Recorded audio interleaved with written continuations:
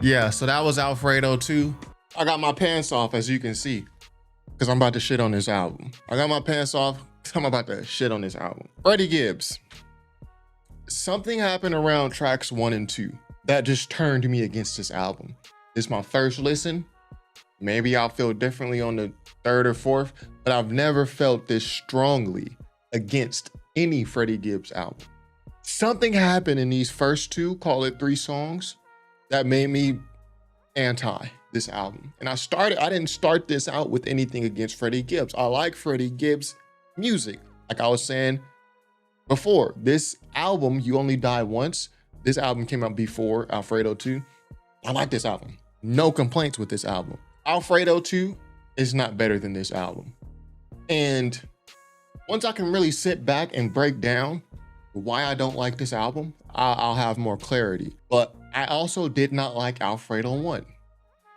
And I started this review out by saying the success of this project, or rather the quality of this project, is going to be mostly dependent on The Alchemist. The Alchemist to give a rapper a lazy beat real quick. Alchemist to give you some bullshit real quick. Make some shit on the spot. All right, boom, that's you. That's it. Alchemist ain't curating beats a lot of the times, and it shows. And I know people aren't going to say this because people generally love The Alchemist. I also love The Alchemist beats, but you know, we talking music here. The Alchemist ain't afraid to give you a half-assed beat. A couple of them, 2 or 3 half-assed beats, bro. Alchemist did not do that here though. These beats are fine. It's Freddie Gibbs that was the issue for me. And I don't want to pop it like I think this is a bad album. This ain't a bad album, but it ain't better than what he put out a couple months ago. There's a certain laziness, I think, and laziness is the only word I can think of, that is present with Freddie Gibbs on this album. Really, the proper descriptor is there is a lack of depth. There's a lack of depth with subject matter. There's a lack of depth with lyricism, like vocabulary. We mentioned how No Malice, sometimes he'll rap entire verses without cursing. And it really forces you to talk different diction. It forces you to, Freddie Gibbs is the opposite of that on here. He's relying heavy, bitch.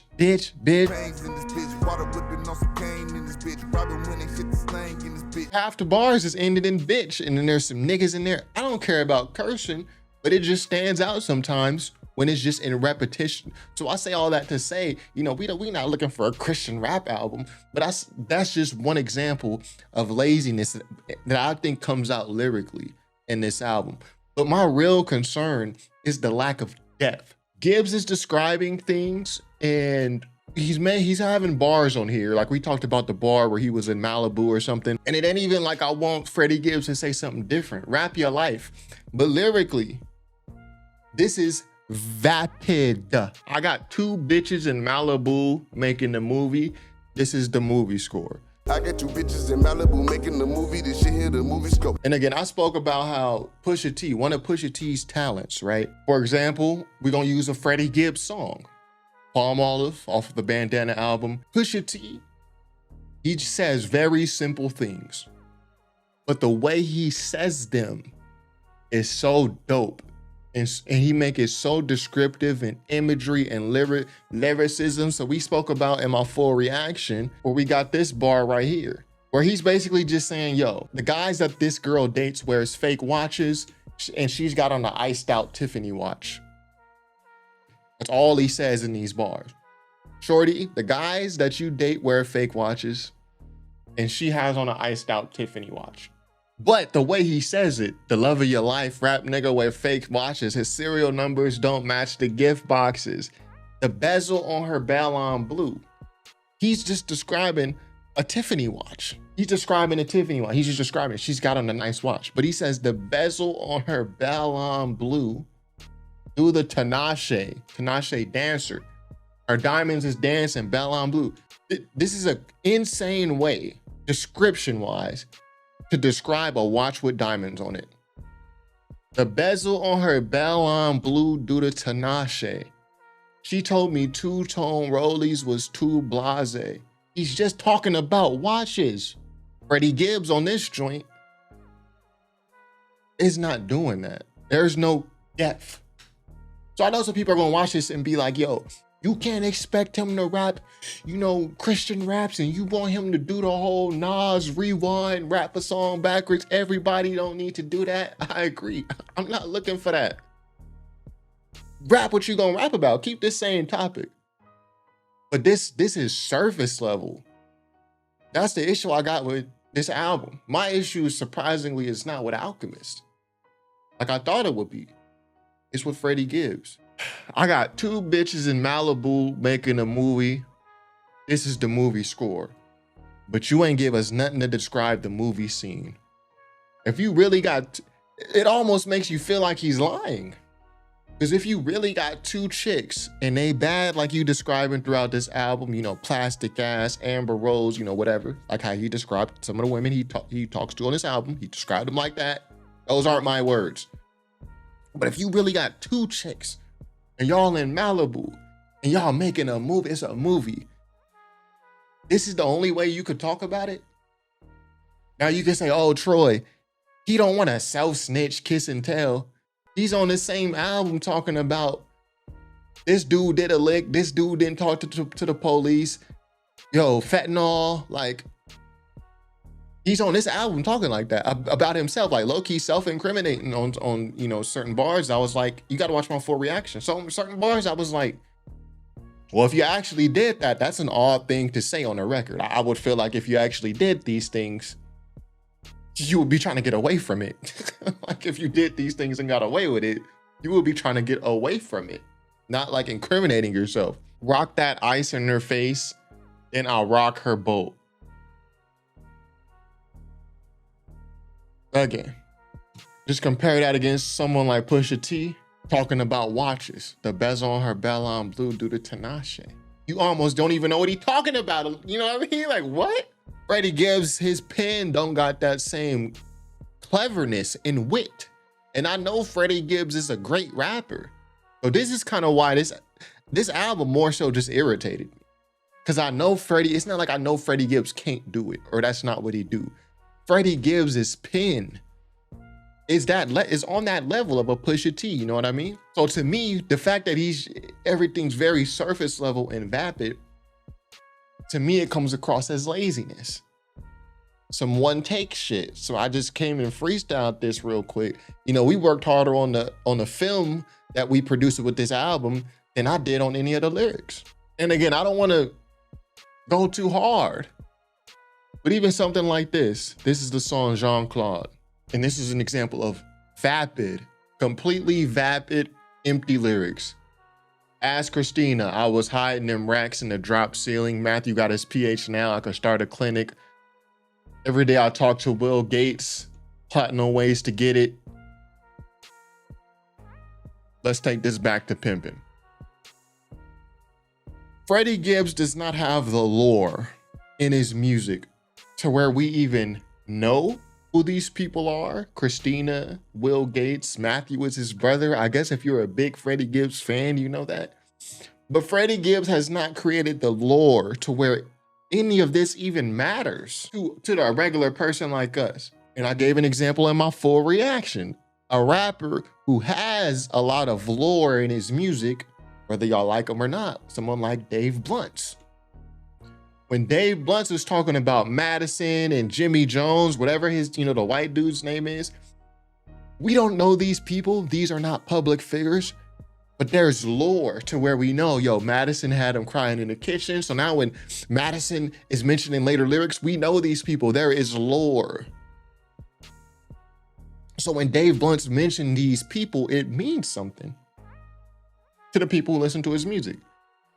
This is like 3-4 empty bars. Who is Christina? I listen to Freddie Gibbs' music. Maybe I'm just not listening hard enough. Matthew is his brother. Okay, but you gonna start a clinic? Like, Will Gates? It's just an example also, again, empty, vapid bars. The first 2-3 tracks piss me off. It's like all non sequiturs. I don't have an issue implicitly with non sequiturs, but it's gotta be clever. There's gotta be something exceptional about it for me to just love on some non sequitur bars. And the 95 and Mar-a-Lago, the opening songs, they were not exceptional. And the album pissed me off. And I don't think my issue is it's not with The Alchemist, but there's a reason that I haven't discovered in myself yet why I didn't like Alfredo 2. I like the album that came before Alfredo 1. I like the album that came before Alfredo 1, which was Bandana, if I remember correctly. I like that one. And I also didn't like Alfredo 2, but I like the album that came before Alfredo 2, which was You Only Die Once. There's Freddie Gibbs projects that I like. I even like You Only Die Twice. I like his early stuff, The Miseducation. This album was not bad, but it just irritated me. And the reason was Freddie Gibbs, because I feel that Freddie Gibbs, he kind of half-assed it. I don't feel like he put his pen to this. And again, like I mentioned also, there's this conflict that Freddie Gibbs has. A couple months ago, he says he doesn't want to be a gangster rapper anymore. But on here, he's talking about, yeah, I'm gonna put your baby sister on the blade or whatever he said, and I'm throwing V's up.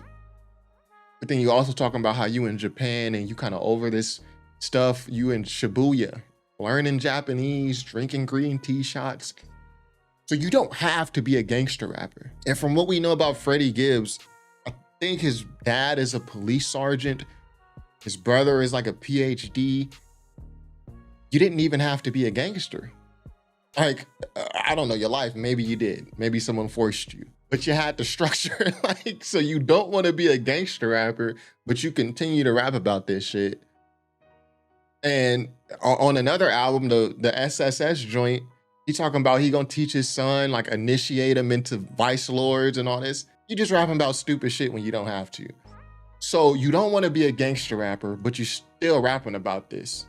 But you're not a gangster, or you're not living that life. I don't want to say you're not a gangster. You know, I'm sure you are credible, but you don't have to live that life. You're in Shibuya, admittedly, you know, living a whole different joint.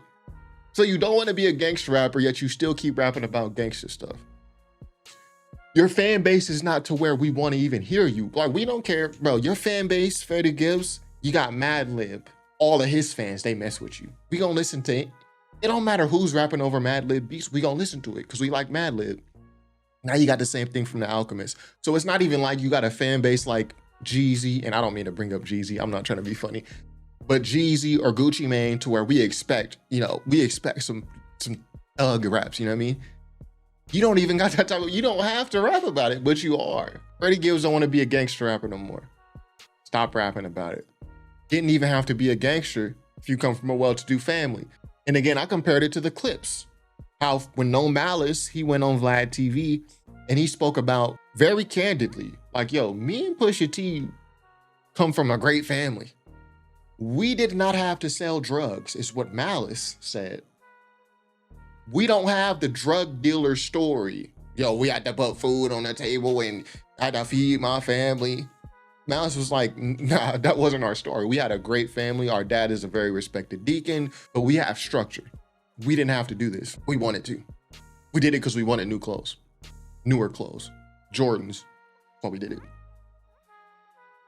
Freddie Gibbs, he's got this, there's this conflict with him where he doesn't want to be the gangster rapper, but even when he's not living a gangster lifestyle no more, he can't stop rapping about it.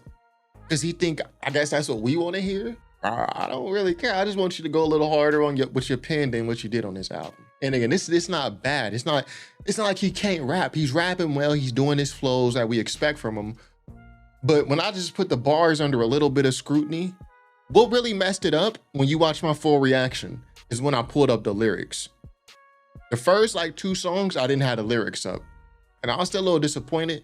But once I started pulling the lyrics up, that's when I started getting pissed off. Because I'm like, oh yeah, this is just empty. Empty, vapid, non sequiturs. Freddie Gibbs can rap. This is not a good display of that. This is the better album that he's put out in the past year. So anyway, I thought Alchemist was going to be the reason if I didn't like this, because I also didn't like Alfredo 1 like that.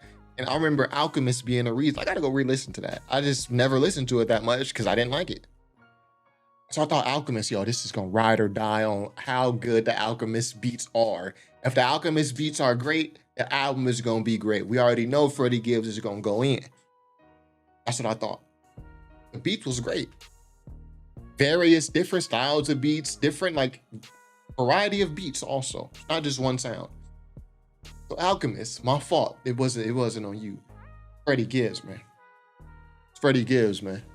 So hopefully on the next project, Freddie Gibbs, you know, he just try a little bit harder lyrically, man. That was not his best showing. I guess that's what I'm saying. This wasn't your best showing. You got great beats. You had a nice rollout, but you kind of just half-assed it lyrically. I don't know. Am I being harsh? I don't know. Let me know what y'all think in the comments. If I had to rate this album, what I get this album? I get this about 2.5 stars. See, I would say 3, but with my rating scale, 3 means good. 3 means that, you know, even if you're a fan of the artist, it's not great. It's not a great album, but 3 is good. And it generally means if I give an album 3 out of 5 stars, that people who are already fans of the artist listening, they'll find some songs they like. They'll find value in this. They'll generally like the album.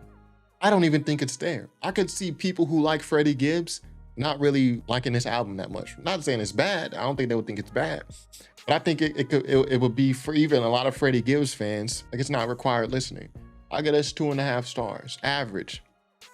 Does little to establish the artist or maintain quality. But for Alchemist, you know, he gave me a little bit more confidence because, you know, Alchemist dropped that joint with Rock Marcy, the Skeleton Key. And I'm just like, Rock Marcy might as well just have produced this himself. Because the Alchemist, this is one of them examples, like Alchemist just threw some shit together, it sounded like, and just gave Rock Marcy like whatever. Like this brings Alchemist back in good graces for me. Sadly, the beats were not used that well by Freddie Gibbs. So anyway, that's what I got for today. Let me know what y'all think in the comments. Was I too critical? Was I too hard on this? I mean, let me know. And what did people generally feel about this album? I've been gone for like the past week or two, so I haven't seen anyone's thoughts on this album on social media or on YouTube. I've just been gone. So is everyone else kind of like iffy about this, or are people loving this like they love Alfredo one? I don't know. Let me know in the comments. Top5rapwebsite.com. Peace.